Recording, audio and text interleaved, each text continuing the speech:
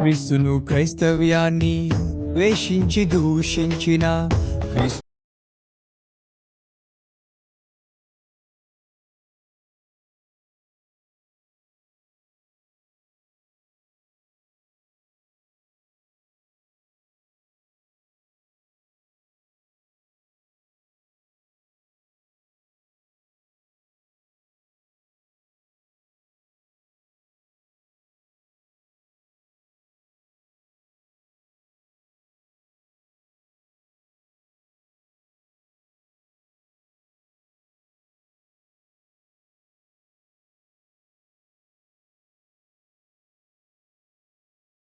దేవుని నామానికి మహిమ కలుగును గాక. దేవుని యొక్క పరిశుద్ధ సన్నిధిలో పరిశుద్ధ ఆరాధనకై కూడి వచ్చినటువంటి మీ అందరికీ ప్రభునాన్ని బట్టి షలోం.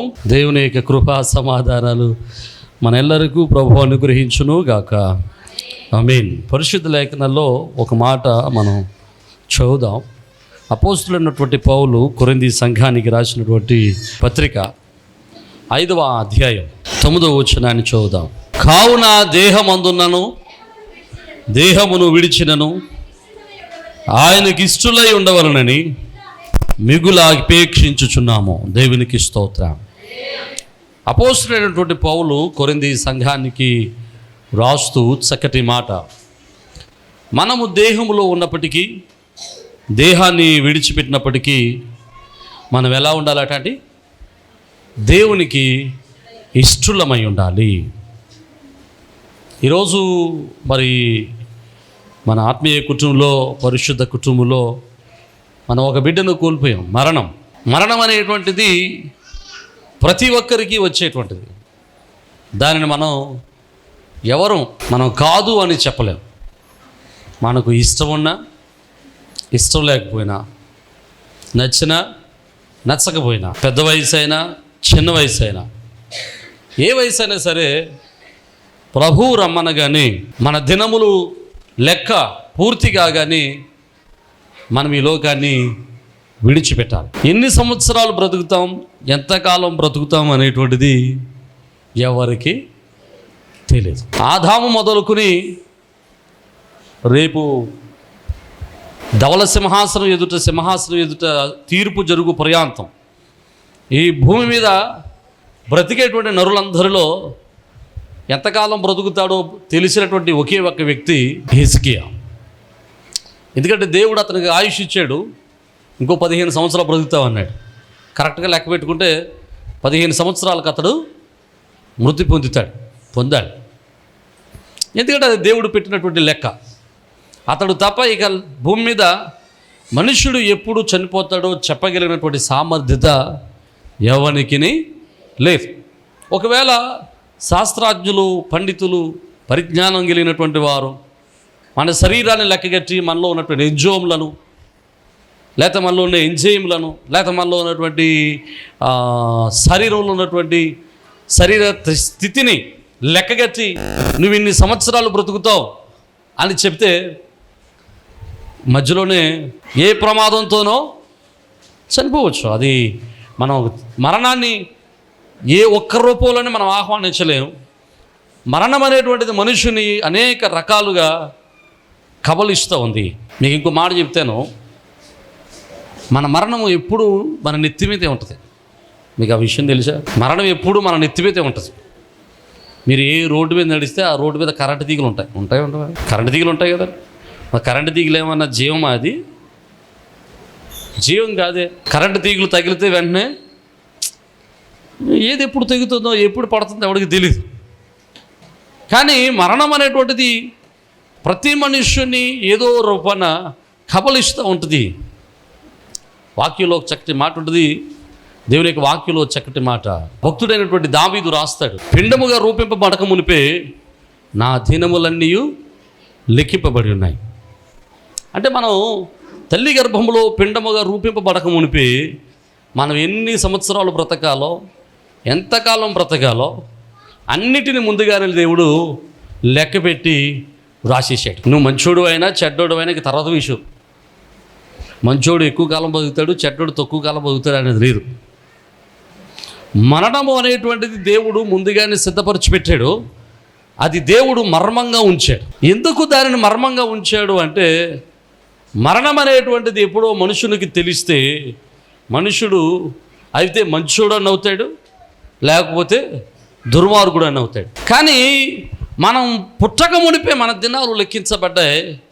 కానీ మన ప్రయాణము తల్లి గర్భంలో నుండి పుట్టినటువంటి మొదలుకుని మన ప్రయాణం ఎటువైపు అండి? చెప్పట్లేదు మీరు. మన ప్రయాణం ఎటు? మరణము వైపు.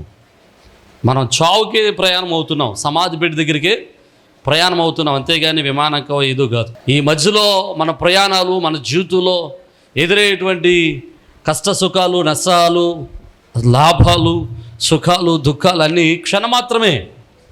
అంతిమ ప్రయాణం మరణం.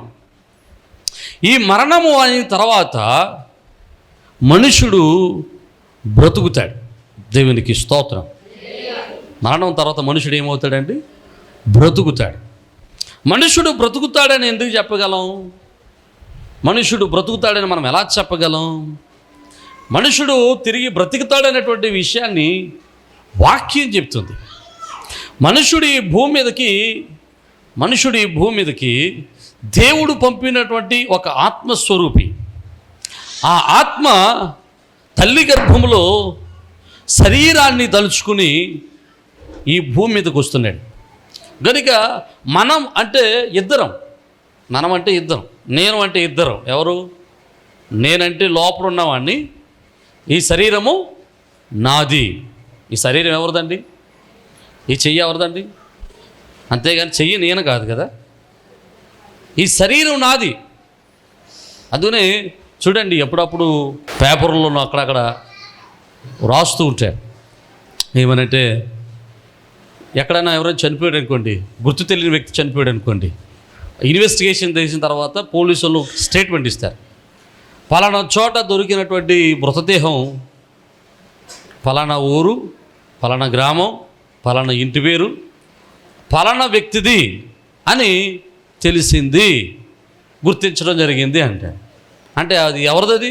పోనీ ఒక పేరు చెప్పుకుందాం, ఏదో ఒక పేరు, ఫోన్లో ఎందుకులేండి, ఏదో ఒక పేరు, అదే పలానా వ్యక్తిది కదా. మరి ఆ వ్యక్తి ఏడి అంటే ఆ వ్యక్తి వస్తువు అక్కడ ఉంది, కానీ ఆ వ్యక్తి అక్కడ లేడు. ఇంకొక మాట చెప్తాను. మనం ఈ వర్షాకాలంలో అంటే చాలామంది జోళ్ళు వేసుకుని తిరుగుతాం, కొంతమంది జోలు లేకుండా తిరుగుతారు, కొంతమంది ఎంత బాడున్నా సరే చెప్పులు లేకుండా అడిగెట్టరు ఉంటారు అలాంటి వాళ్ళు. ఈ వర్షాకాలంలో ఈ బాడిలో చెప్పులు వేసుకుని తిరుగుతూ ఉన్న సందర్భంలో చెప్పు ఒక చోటకి వెళ్ళిన తర్వాత బాడి పట్టి తెగిపోయింది అనుకోండి, మనం ఏం చేస్తాం? గోడ మొత్తం తెగిపోయింది అనుకోండి, ఏం చేస్తాం? ఒకవేళ పెట్టుకునే అవకాశం ఉంటే తిరిగి గోడ పెడతాం. ఇంక అంత మాటలకి తెగిపోతుంది అనుకోండి, ఇక ఏం చేస్తాం? ఇక చెప్పు అక్కడ వదిలేసి మనం ప్రయాణం వెళ్ళిపోతాం. చెప్పు నువ్వు అక్కడ వదిలేసినంత మాత్రాన నువ్వు అక్కడే ఆగిపోయావు అన్నది కాదు. నువ్వు అక్కడ చెప్పు వదిలేసావు అంతే, నీ ప్రయాణం మాత్రం సాగిపోయింది. మానవ శరీరం కూడా మరణం తర్వాత ఇక్కడ ఆగిపోతుంది, మానవ ప్రయాణం సాగిపోతుంది. దేవునికి స్తోత్రం. హల్లెలూయా. మనుషుడు తప్పనిసరిగా బ్రతుకుతాడు. బైబిల్ చెప్పే మాట ఏంటంటే, మనుషునికి మరణం అనేటువంటిది చివరి మజిలీ కాదు, అది చివరి మజిలీ కాదు, అది నిత్య జీవానికి ప్రారంభం. జాగ్రత్తగా ఆలోచన చేస్తే, అంటే మనుషుడు చనిపోయిన తర్వాత బ్రతుకుతాడు, బ్రతికుండగా మనుషుడు బ్రతుకుతున్నాడు. అంటే మరణానికి ముందు వెనకాల మనుషుడికి జీవం ఉంది.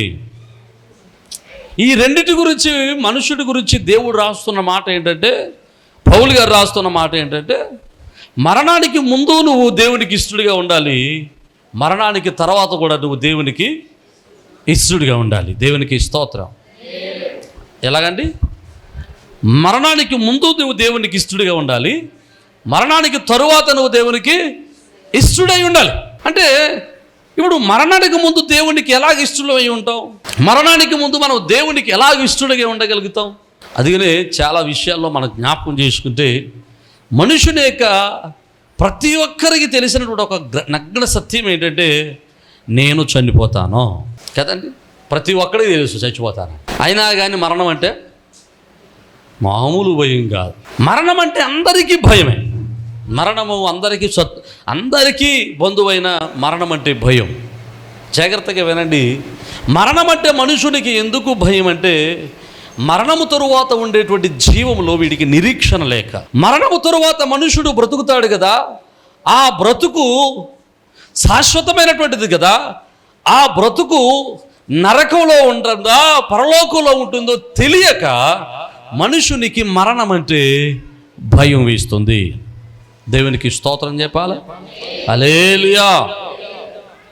ఏదైనా మనం ఒక క్రొత్త ప్రాంతానికి వెళ్ళినప్పుడు, కొత్త స్థలానికి వెళ్ళినప్పుడు, ఆ స్థలంలో మనం ఎందుకు భయపడతామంటే 2 విషయాలకు భయపడతాం. కొత్తగా ఉద్యోగం వచ్చి కొత్తగా ఒక ప్రాంతానికి వెళ్ళి అక్కడ కొత్తగా ఆఫీసులో జాయిన్ అవ్వాలంటే కొంచెం బిడియ ఉంటుంది. ఎందుకంటే 2 రకాలైన బిడియాలు. ఒకటి, ఎందుకు భయపడతా ఉంటామంటే, ఆడికి వెళ్తే మంచి వాళ్ళు ఉంటారా, చెడ్డోళ్ళు ఉంటారా, మంచి స్నేహితులు దొరుకుతారా, చెడ్డ స్నేహితులు దొరుకుతారా, మనకు సహకరించే వాళ్ళు ఉంటారా, మనల్ని ఏడిపించే వాళ్ళు ఉంటారా. ఇది ఖచ్చితంగా ఉంటుంది. ఎందుకంటే భయం ఏంటంటే అక్కడ ఏం జరుగుద్దో తెలియక. అందుకని బైబిల్ అంటుంది, మనం నిరీక్షణ లేని ఇతరుల వలె దుఃఖించకుండా. ఎలా దుఃఖించకూడదండి? నిరీక్షణ లేని ఇతరుల వల్ల మనం దుఃఖించడానికి వీలులేదు. వాళ్ళకి దుఃఖం ఎందుకంటే వారికి నిరీక్షణ లేక. ఎందుకు నిరీక్షణ లేదంటే, వారికి శాశ్వత జీవితం అనేటువంటిది ఎవడు వానికి బహుమతిగా ఇవ్వలేదు. వాడి శాశ్వత జీవానికి ఎవడు నిరీక్షణ ఇవ్వలేదు. వాడి శాశ్వత జీవితానికి ఎవడు కూడా ఒక హోప్ ఇవ్వలేదు. ఇతర శాస్త్రాలన్నీ చూస్తే కొన్ని శాస్త్రాలు కొన్ని రకాలుగా ఉంటుంది. ఒకే పదంలో ఉన్నటువంటి ఒకే శాస్త్రంలో ఒకే విషయం గురించి అనేక రకాలుగా రాశారు.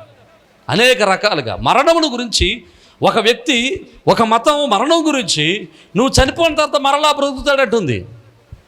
అదే మతము అదే మరణం గురించి రాస్తూ నీకు కైలాసం ఉంది అని రాస్తున్నాడు, నీకు పరలోకం ఉందని చెప్తున్నాడు. రెండోది నువ్వు మరలా బ్రతుకుతావు అంటున్నాడు.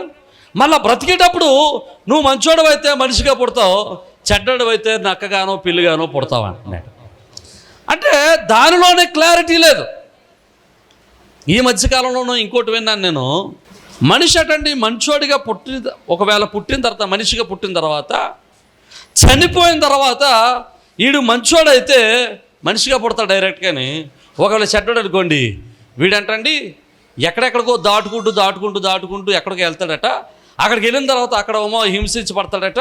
అక్కడ 100 సంవత్సరాలు 1000 సంవత్సరాలు ఉంటుందట. తర్వాత 1000 సంవత్సరాలు ఇంకో చోట, 1000 సంవత్సరాలు ఇంకోటట. కడకి మోక్షానికి వెళ్ళిపోతాడట. అంటే వాళ్ళలోనే వాళ్ళకి క్లారిటీ లేదు. మనుషునికి మరణం అంటే ఎందుకు భయం అంటే, మరణము తర్వాత వచ్చేటువంటి జీవము గురించినటువంటి క్లారిటీ మనిషికి లేదు. ఈ భూమి మీద మరణాన్ని చాలా స్వేచ్ఛగా ఆనందంగా ఆహ్వానించగలిగినటువంటి వాడు ఎవడైనా ఉన్నాడంటే ఒక క్రైస్తవుడు మాత్రమే. దేవునికి స్తోత్రం. హల్లెలూయా. మరణాన్ని చాలా స్వేచ్ఛగా ఆహ్వానించవచ్చు. మనకున్నట్టు మరణం గురించి మనకున్నంత ధైర్యం ఇక మనుషులకి ఎవరికి లేదు. కారణం ఏంటంటే, మనకి మరణము తరువాత కలిగేటువంటి జీవమును గురించినటువంటి నిరీక్షణ మన ప్రభు మనకిచ్చాడు. దేవునికి స్తోత్రం. హల్లెలూయా. అందుకనే రోమీయులకు రాసినటువంటి పత్రికలో ఒక చక్కటి మాట ఉంటుంది.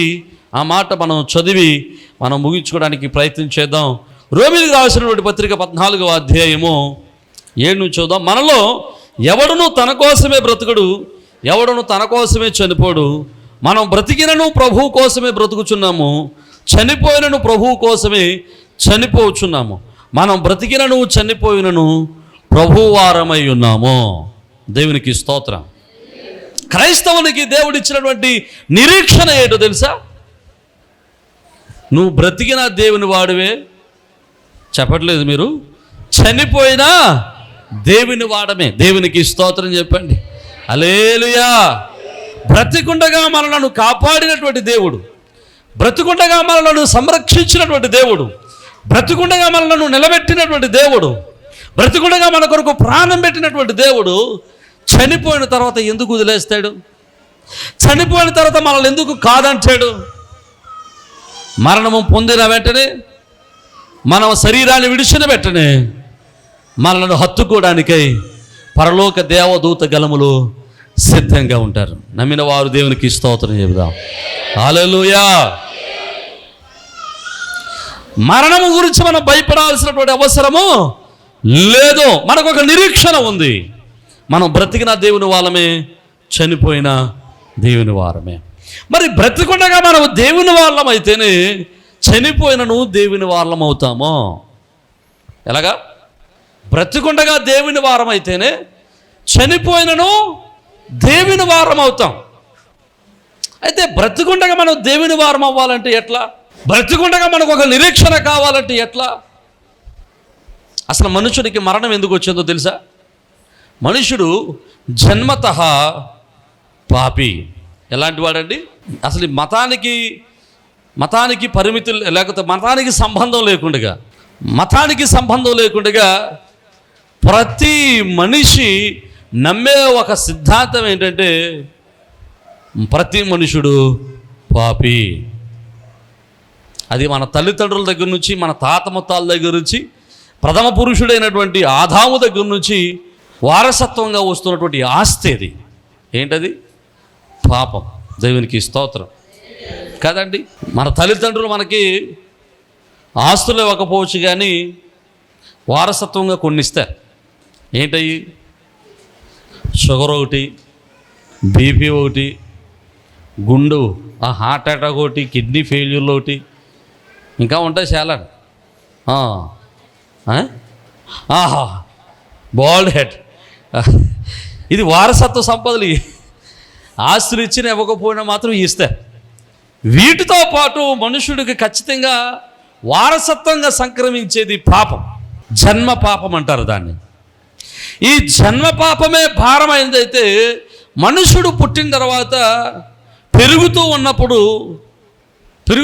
తను చేసినటువంటి కర్మ పాపము కూడా తనకి జోడవుతుంది.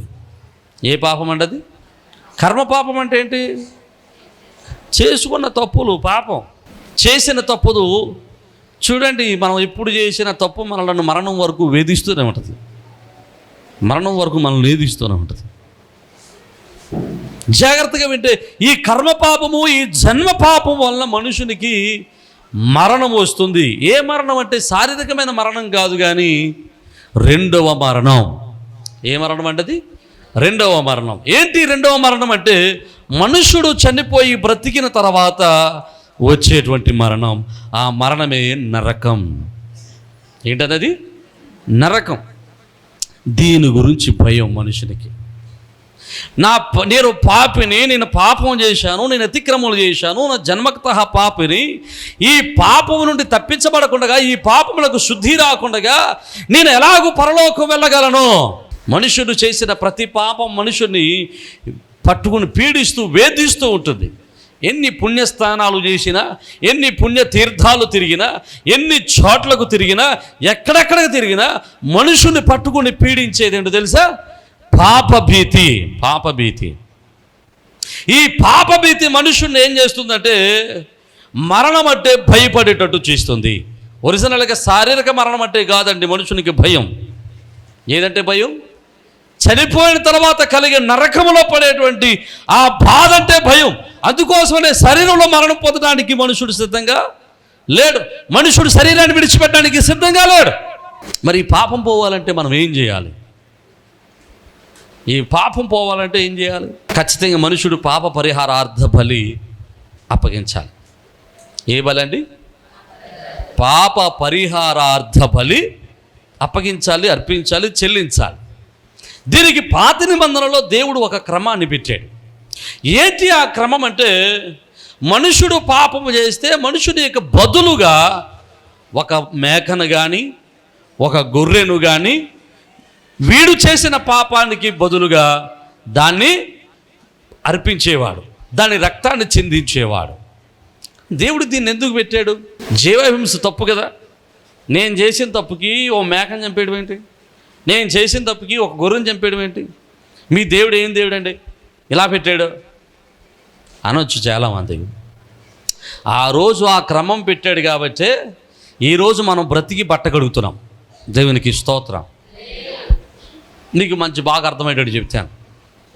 ఆ రోజు దేవుడు ఒక క్రమాన్ని పెట్టి ఆ క్రమములో నీకు బదులుగా మరొకటి చచ్చిపోతుంది, నువ్వు పవిత్రుడు అవుతావని చెప్పాడు. కాబట్టి ఆ లైన్లోనే మనకు బదులుగా సర్వోన్నతుడైన దేవుడి మనుషునిగా దిగి వచ్చి మన కొరకు ప్రాణాన్ని పెట్టాడు. దేవునికి స్తోత్రం. హల్లెలూయా. పాత నిబంధనలో మనుషునికి బదులుగా మేకల రక్తాన్ని అంగీకరించినటువంటి యేసు మనుషునికి బదులుగా గొర్రె యొక్క రక్తాన్ని, కోడల యొక్క రక్తాన్ని అంగీకరించినటువంటి దేవుడు కొత్త నిబంధనలో మనుషునికి బదులుగా, మనుషుడు చేసిన పాపానికి బదులుగా క్రీస్తు వారి యొక్క రక్తాన్ని అంగీకరించాడు. దేవునికి స్తోత్రం. హల్లెలూయా. దేవుడు ఒక లైన్ పెడితే ఆ లైన్ ఆయన కూడా తప్పడు. హల్లెలూయా. ఎలాగండి? చెప్పట్లేదు మీరు. దేవుడు ఒక క్రమాన్ని పెడితే ఆ క్రమాన్ని ఆయన కూడా తప్పడు. ఆయన సమస్తమును ఎరిగినవాడు కనుక ఆ క్రమములోని సమస్తమును జరిగిస్తున్నాడు. దేవుడు ఒక క్రమం పెట్టాడు. నువ్వు తింటే చేస్తావని వాడిని చంపాడు, అంతే. నీ సంతానానికి, స్త్రీ సంతానానికి వైరం కలుగజేస్తానన్నాడు. స్త్రీ సంతానముగా పుట్టినటువంటి, పురుష సంతానం కాదు, స్త్రీ సంతానముగా పుట్టినటువంటి క్రీస్తు ప్రభువుల వారికి సాతానుకి వైరం కలిగింది. దేవునికి స్తోత్రం. హల్లెలూయా. ఆ సర్పము క్రీస్తు వారిని కాటేయడానికి ప్రయత్నం చేసింది. క్రీస్తు ప్రభువుల వారు సాతాను యొక్క తలను చితకగొట్టాడు. ఇది ఎక్కడ రాయబడింది? ఈ ప్రవచనం ఆదికాండం 3:15 రాయబడింది. దేవునికి స్తోత్రం. హల్లెలూయా. మనము క్రీస్తును అంగీకరించడానికి, క్రీస్తు రక్తంలో కడగబడడానికి ప్రధానమైన కారణం ఏంటో తెలుసా? మనుషుడు పాపి కాకపోతే దేవుడు అక్కర్లేదండి. హలో, మనుషుడు పాపి కాకపోతే దేవుడు అక్కర్లేదు. మనుషుడు పాపి కాకపోతే దేవుడు ఎందుకు అక్కర్లేదంటే, మనుషుడు పాపి కాకపోతే మనుషుడు దేవుని కుమారుడుగానే ఉంటాడు. హల్లెలూయా. అర్థమైందా మీకు? మనుషుడు పాపి కాకపోతే మనుషుడు దేవుని కొరకు వెతుక్కోవాల్సిన అవసరం లేదు. ఎందుకో తెలుసా? మనుషుడు దేవుడితోనే నివాసం ఉంటాడు, దేవుడితో సహవాసాన్ని కలిగి ఉంటాడు, దేవుడే మనుషుడితో నివాసం ఉంటాడు. ఆదాము దేవుని కుమారుడిగా ఉన్నాడు. ఆదాము పాపం చేయటం వల్లనే ఆదాము మరల ఏమైపోయాడు? దేవునికి దూరం అయిపోయాడు. మనుషుడు దేవునికి దూరం అయిపోయాడు కనుకనే పరలోకముందు క్రీస్తు ప్రభువుల వారు భూలోకాన్ని దిగి వచ్చి కలువరి శిలువలో రక్తం గార్చి ప్రాణం పెట్టి మనలను పాపం నుండి విడిపించాల్సి వచ్చింది. దేవునికి స్తోత్రం. హల్లెలూయా.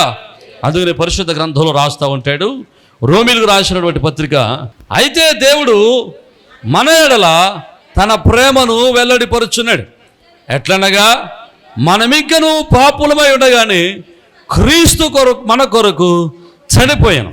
కాబట్టి ఆయన రక్తం వలన ఇప్పుడు నీతిమంతులుగా తీర్చబడి మరింత నిశ్చయముగా ఆయన ద్వారా ఉగ్రత నుండి రక్షింపబడుతాము. దేవునికి స్తోత్రం.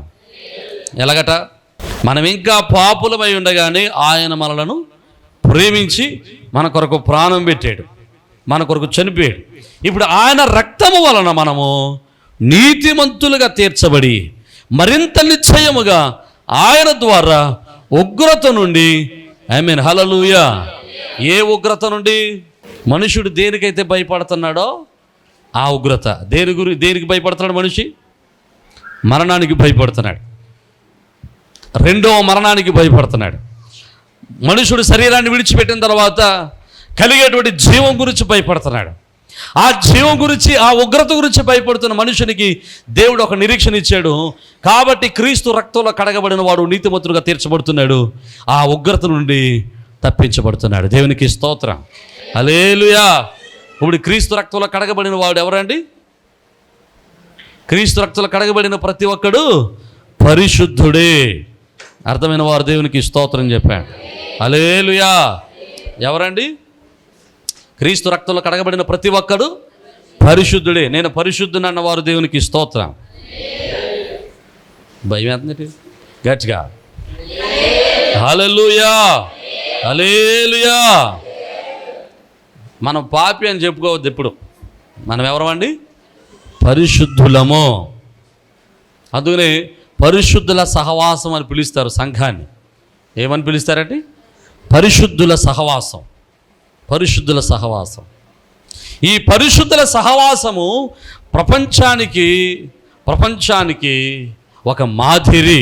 మనం బ్రతికి ఉండగా దేవుని వారం అవటం అంటే, బ్రతికి ఉండగా మనం క్రీస్తు రక్తంలో కడగబడితే, బ్రతికి ఉండగా క్రీస్తు కొరకు మనం జీవిస్తే, చనిపోయినను మనము దేవుని వారమై ఉంటాము, చనిపోయినను దేవునికి ఇష్టలమై ఉంటాం. అర్థమైన వారు దేవునికి స్తోత్రం. హల్లెలూయా. ఈరోజు మీరు మరణానికి భయపడుతున్నారేమో, మరణము తరువాత ఉన్నటువంటి బ్రతుకుకు భయపడుతున్నారేమో. చనిపోయిన తర్వాత నా బ్రతుకు ఏమైపోతుందో, చనిపోయిన తర్వాత నేను ఎలా పుడతానో, ఎలా బ్రతుకుతానో, చనిపోయిన తర్వాత నేను ఎక్కడ ఉంటాను, నరకంలో ఉంటానో, పరలోకంలో ఉంటానో, చనిపోయిన తర్వాత నన్ను ఎవడు తీసుకెళ్తాడు, ఎవడు వస్తాడని భయపడుతున్నామేమో. ఈరోజు ఈ భయాలన్నీ పోగొట్టడానికి యేసుక్రీస్తు ప్రభుల వారు పరలోకాన్ని విడిచిపెట్టి భూలోకానికి దిగి వచ్చి నరునిగా పుట్టి నరుని పాపాలన్నిటిని తొలగించడానికి పాపభారం అంతటి భుజాల మీద వేసుకుని తన రక్తాన్ని చిందించి మానవ జాతిని ఉగ్రత నుండి తప్పించాడు. దేవునికి స్తోత్రం. హల్లెలూయా. గనుక బ్రతికి ఉన్న మనము దేవునికి లోబడదాం, బ్రతికి ఉండి క్రీస్తుకు విధేయులమవుదాం, బ్రతికి ఉండి వాక్యానికి విధేయులమని క్రీస్తు రక్తంలో కడగబడదాం. ఇంకా ఎవరైనాను క్రీస్తు రక్తంలో కడగబడకుండా ఉంటే, ఇంకా క్రీస్తు రక్తమునకు విధేయులవ్వకుండా ఉంటే, ఒకవేళ ఇంకా పాప భారం ఇంకా మోసుకుంటూ, పాప శిక్ష మోసుకుంటూ, పాప భీతితో ఉంటే, మీ పాపములను తొలగించడానికి 2000 సంవత్సరాల క్రితం యేసుక్రీస్తు ప్రభులు వారి లోకానికి వచ్చాడు. ఇది యేసయ్యను అంగీకరిస్తే, ఆయన ఎందరు అంగీకరించారో వారందరికీ దేవుని కుమారులకు దేవుడు అధికారాన్ని ఇచ్చాడు. నువ్వు అంగీకరిస్తే చాలు, నువ్వు విశ్వసిస్తే చాలు. ఆయన నీ కొరకు రక్తం కార్చాడని విశ్వసిస్తే చాలు, నీ కొరకు ప్రాణం పెట్టాడని విశ్వసిస్తే చాలు. నీ పాప భీతి నుండి నువ్వు తప్పించబడతావు, నీ పాపమును నువ్వు క్షమించబడతావు, నీ పాపము నుండి నువ్వు తప్పించబడి, పాపపు జీవితం నుండి తప్పించబడి, పాపపు శిక్ష నుండి తప్పించబడి పరిశుద్ధునిగా తీర్చిదిద్దబడతావు. నువ్వు ఇక మరణానికి భయపడాల్సిన అవసరమో లేదు.